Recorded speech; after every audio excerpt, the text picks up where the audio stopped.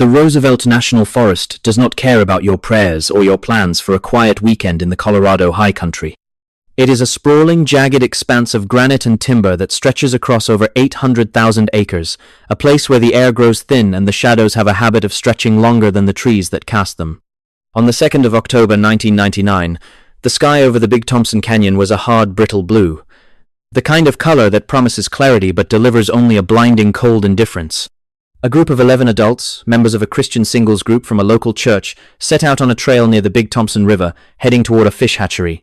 They were looking for fellowship and fresh air, carrying the naive confidence of people who believe the wilderness is a park rather than a predator. Among them was Jaryd Atadero and his 2 children, including his 3-year-old son, Jaryd. Jaryd was a burst of energy in a small frame, wearing a blue pullover sweatshirt, tan pants, and a pair of sturdy little sneakers. He was a child who viewed the world as an invitation, unaware that the mountains do not issue invitations, they only take what is offered. As the group moved along the trail, Jaryd began to do what 3-year-olds do when they feel the freedom of the open air. He ran ahead. He was playing a game of tag with the adults, darting between their legs and then bolting forward into the dappled light of the pine forest. The group let him go, thinking he was safe within the pocket of their collective presence, but the mountains have a way of folding space when you aren't looking. One moment he was a flash of blue fabric against the grey rock, and the next he was drifting into the periphery of their vision, moving toward a bend in the trail that would change everything. 2 fishermen were sitting by the river near a bridge about 80 yards ahead of the main group when they saw the boy. He was alone, his small face bright with the exertion of his run, and he stopped to ask them a question that sounds like a haunting riddle in retrospect. He asked them if there were bears in the area. They told him no, not right here, and watched as he turned and scampered back toward the direction of his father and the rest of the hikers. That was the last time a human being would see Jaryd Atadero alive. A brief exchange of words that hung in the mountain air like wood smoke before dissolving into nothingness. The fisherman assumed the boy was just a few feet ahead of his parents, but when the group arrived at the bridge minutes later, Jaryd was nowhere to be found. He had vanished in a corridor of space less than 100 yards long, flanked by steep slopes and a rushing river that should have kept him pinned to the path. The silence that followed was not the peaceful quiet of the woods, but a heavy, suffocating blanket that seemed to suck the sound right out of the canyon. Jaryd Atadero began to call his son's name, his voice bouncing off the canyon walls, returning to him empty and cold. The group scrambled, searching the brush and the riverbanks, their frantic movements disturbing the ancient dust of the trail. They expected to hear a cry, a whimper, the sound of a child who had tripped and scraped a knee. But the forest offered nothing but the rhythmic rush of the Big Thompson River. By the time the sun began to dip behind the jagged peaks, casting long skeletal shadows across the search area, the realization had set in like a frost. Jaryd was gone. The search and rescue teams arrived with their thermal imaging and their specialized dogs ready to dissect the landscape to find one small boy in a blue sweatshirt. The search for Jaryd Atadero would become one of the most intensive operations in Colorado history, involving hundreds of personnel, helicopters, and bloodhounds. These dogs, bred for the singular purpose of tracking a human scent through the harshest conditions, were brought to the very spot where Jaryd was last seen. They sniffed the ground, their nostrils twitching as they tried to lock onto the microscopic particles of skin and sweat the boy would have left behind. But the hounds did something that chilled the veteran searchers to the bone. They simply sat down. They didn't pick up a trail that led into the brush, and they didn't lead the handlers to the river. They acted as if the scent ended abruptly, in the middle of the trail, as if Jaryd had been plucked from the earth by an invisible hand. There was no struggle, no blood, no torn fabric, just a sudden and absolute cessation of presence. Days turned into weeks, and the autumn chill turned into the brutal, unforgiving grip of a Rocky Mountain winter. The searchers combed the steep slopes, peering into crevices and under fallen logs, looking for any sign of a 3-year-old who could not possibly have traveled far on his own. The terrain around the trail was treacherous, a vertical maze of loose scree and dense thickets that would challenge an experienced mountaineer, let alone a toddler with short legs. They looked in the river, fearing he had fallen in and been swept away, but the water was clear and shallow in many places, and no body surfaced. The investigators began to look at the people involved, probing the father and the members of the group, but there was no evidence of foul play, no hidden motive, just the raw, bleeding grief of a man who had lost his world in the blink of an eye. The forest held its secrets tight, buried under the accumulating snow. Years passed, and the case of Jaryd Atadero drifted into the realm of local legend and unresolved tragedy, a ghost story whispered by hikers who ventured too deep into the Comanche Peak wilderness. Jaryd Atadero never stopped looking, his life becoming a slow-motion pilgrimage to the place where his son disappeared, his eyes always scanning the ground for a glint of blue or the shape of a shoe. Then, in June of 2003, nearly 4 years after Jaryd vanished, 2 hikers were exploring a steep, rugged slope over 500 feet above the trail where the boy was last seen. This wasn't a place a child would wander. It was a grueling climb through tangled brush and over jagged rock faces that required hands and feet to navigate. There, in the middle of a small clearing surrounded by ancient pines, they found something that stopped their hearts. A single small sneaker sitting upright on the dirt. As they looked closer, the scene became more disturbing, defying the logic of a natural death or a predator attack. They found Jaryd's blue sweatshirt and his tan pants, but they weren't scattered or torn to shreds as you would expect if a mountain lion had dragged a kill to this remote height. The clothing was remarkably well preserved, though faded by the sun, and the pants were turned inside out, a detail that suggests a deliberate act rather than a violent struggle. A small fragment of a skull and a single tooth were located nearby, the only physical remains of the boy who had once run so full of life down the trail below. The location was the most baffling element of all, as search teams had flown over this exact area with high-resolution cameras and thermal sensors years before and seen nothing. It was as if the remains had been placed there long after the initial search had concluded. The official conclusion was that a mountain lion had taken Jaryd, dragging him up the mountain to consume him in solitude, but this explanation is a thin veil over a much darker set of questions. If a lion had taken him, why were the clothes not shredded by claws and teeth, and why was the sweatshirt found in such a state that it looked almost as if it had been laid out? Why was there only one shoe? And why was the tooth found in a way that some investigators found inconsistent with a predatory kill? A 3-year-old weighs very little, but the effort required for a predator to carry a struggling child up 500 feet of near-vertical terrain without leaving a single drop of blood or a tuft of hair on the trail is staggering. The forest floor is a recording device of every movement, yet it recorded nothing on that October day in 1999. There is a cold, clinical horror in the way Jaryd's clothing was found. A sense of microscopic observation reveals details that don't fit the narrative of a simple animal attack. The inside-out pants suggest a level of dexterity or a specific type of removal that doesn't align with the messy reality of a carnivore. Some theorists point to the phenomenon of paradoxical undressing that occurs in the final stages of hypothermia, where the brain misinterprets the freezing cold as a burning heat, causing the victim to strip off their clothes. But Jaryd was 3 years old, and the climb to that height would have required a level of physical stamina and navigational intent that a freezing, disoriented toddler simply does not possess. He would have had to crawl, bleed, and scream his way up that mountain, yet no one heard a sound in the silent canyon. The disappearance of Jaryd Atadero fits a chilling pattern that has been documented in dozens of other cases across the national parks of North America. It involves a sudden disappearance in a high-activity area, the failure of tracking dogs to pick up a scent, and the eventual discovery of remains or clothing in an impossible location at a much higher elevation. These locations are often areas that were previously searched with extreme diligence, suggesting that the items were not there during the initial sweep. It is as if something is playing a game with the searchers taking a life, and then returning a few fragments years later as a taunt. The mountain is not just a collection of trees and rocks. It is a sentient, hungry entity that operates on a frequency we are not tuned to hear. We like to believe that we are the masters of our environment, that our technology and our numbers protect us from the ancient terrors that dwell in the deep woods. But the case of Jaryd Atadero reminds us that there are gaps in our reality places, where the rules of physics and biology seem to fray at the edges. What could move through a forest with such silence that it could snatch a child from within earshot of 11 adults? What could carry that child up a vertical cliff face and leave his clothes neatly turned inside out 4 years later? The answers are not found in the reports of the Forest Service or the files of the local sheriff. They are found in the cold wind that whistles through the Big Thompson Canyon, a sound that mimics the cry of a child. If you listen closely enough, the mystery of Jaryd's final moments will likely never be solved, leaving a permanent scar on the landscape of the Roosevelt National Forest. His father Alan has spent decades seeking the truth, fighting against a system that prefers simple animal-based explanations over the unsettling anomalies that the evidence suggests. The mountain remains indifferent to the lives it has consumed, its peaks reaching toward the stars while its roots hold onto the secrets of the dead. When you walk those trails, you feel the weight of those who never came home, the lingering echoes of names called into the void. You realize that you are never truly alone in the wilderness. You are merely being tolerated until the mountain decides it is time to collect its due. This pattern of impossible climbs and missing children is not unique to the Atadero case, appearing with terrifying frequency in the annals of the unexplained. In 1958, 8-year-old Bobby Bizup disappeared from a church camp in the Rocky Mountain National Park, only for his hearing aid and fragments of clothing to be found a year later on a rugged, high-altitude ridge that was deemed inaccessible to a child. Similarly, in 1999, the same year, Jaryd vanished.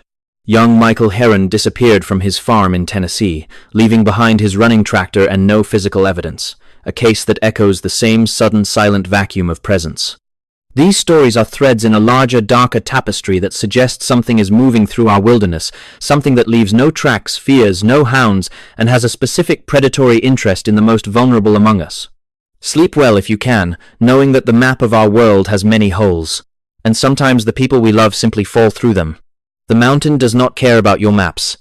It does not care about your satellite uplinks, your thermal imaging, or the high-strength nylon of your climbing gear.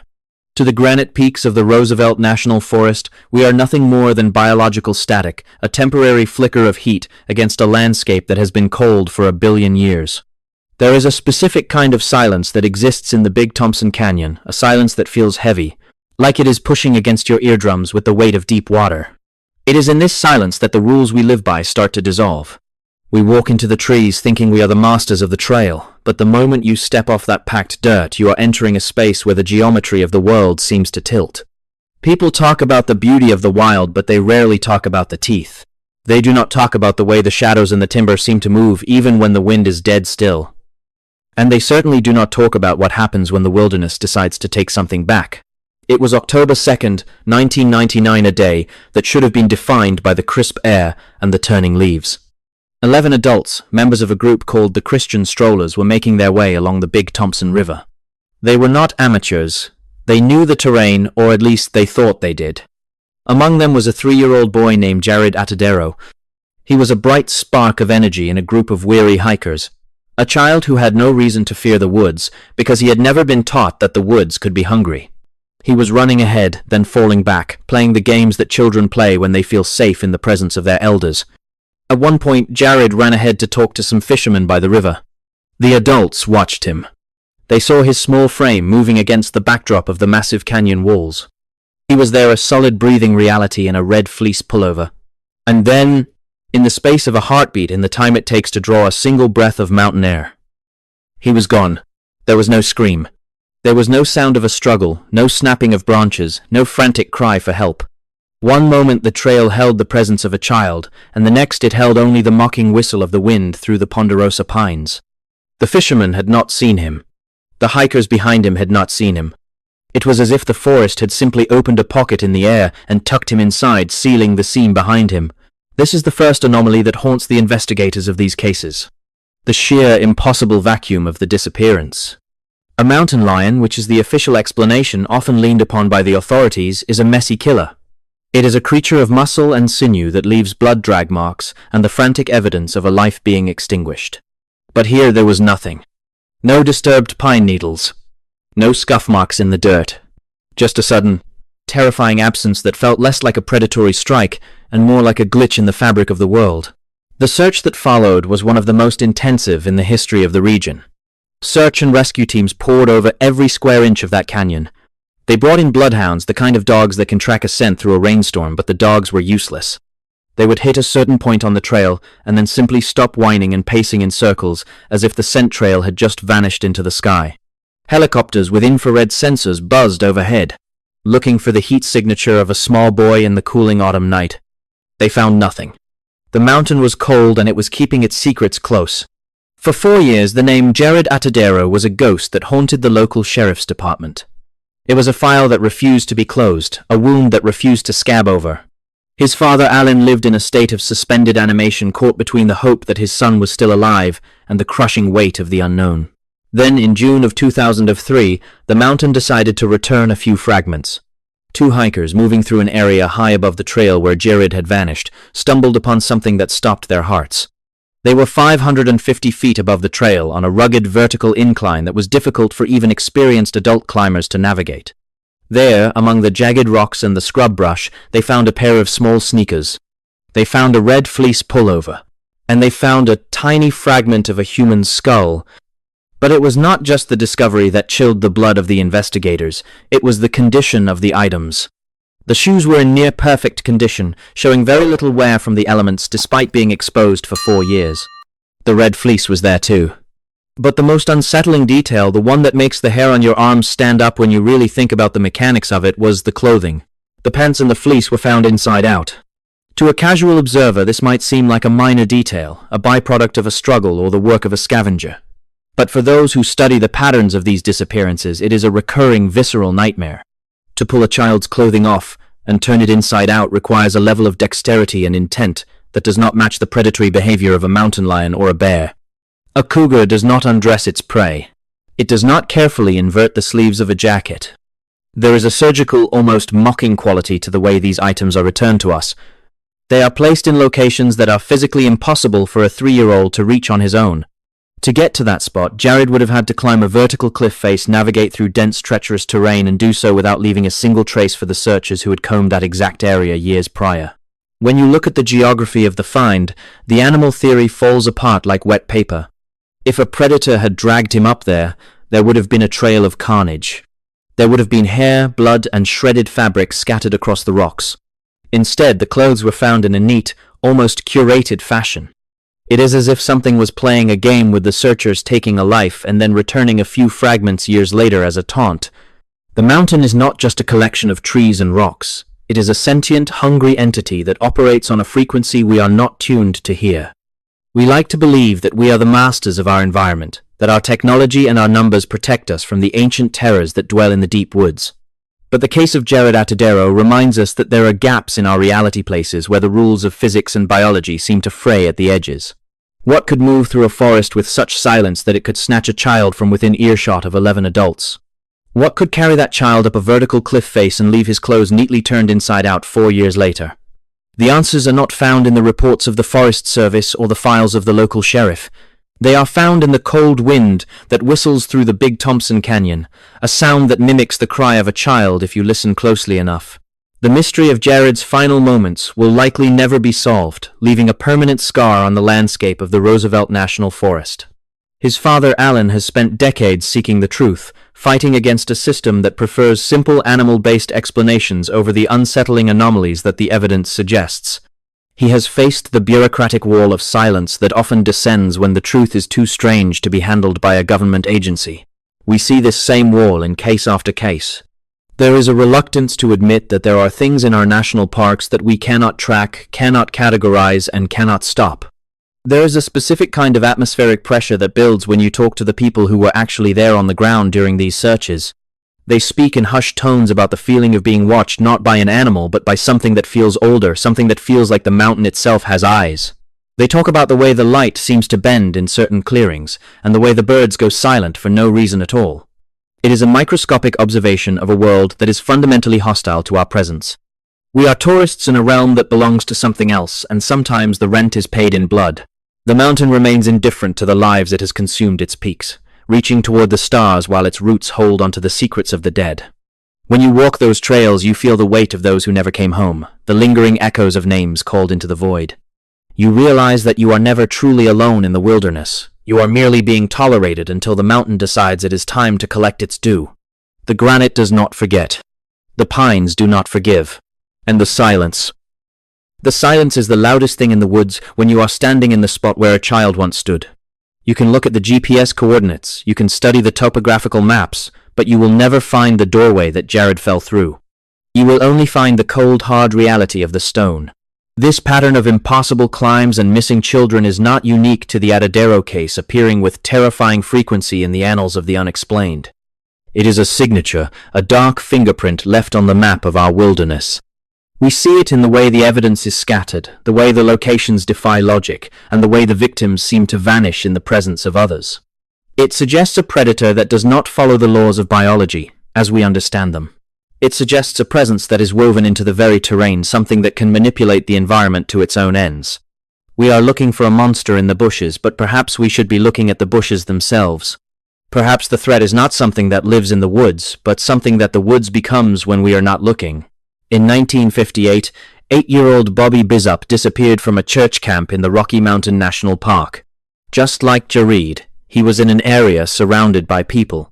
One moment he was walking toward a cabin, and the next, he was gone. A year later, his hearing aid and fragments of his clothing were found on a rugged, high-altitude ridge that was deemed completely inaccessible to a child of his age and physical ability.